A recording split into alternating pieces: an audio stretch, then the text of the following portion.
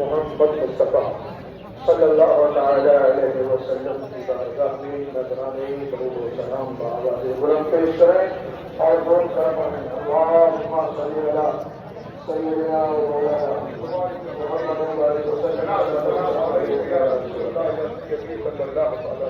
نبی کریم رؤوف رحیم صلی اللہ تعالی علیہ وسلم ارشاد فرماتے ہیں قیامت کے دن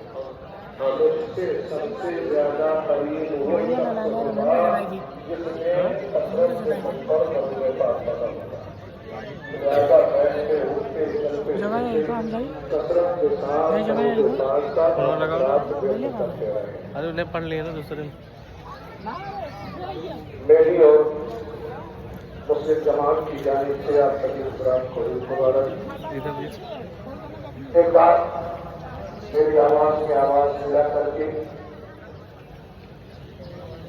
اور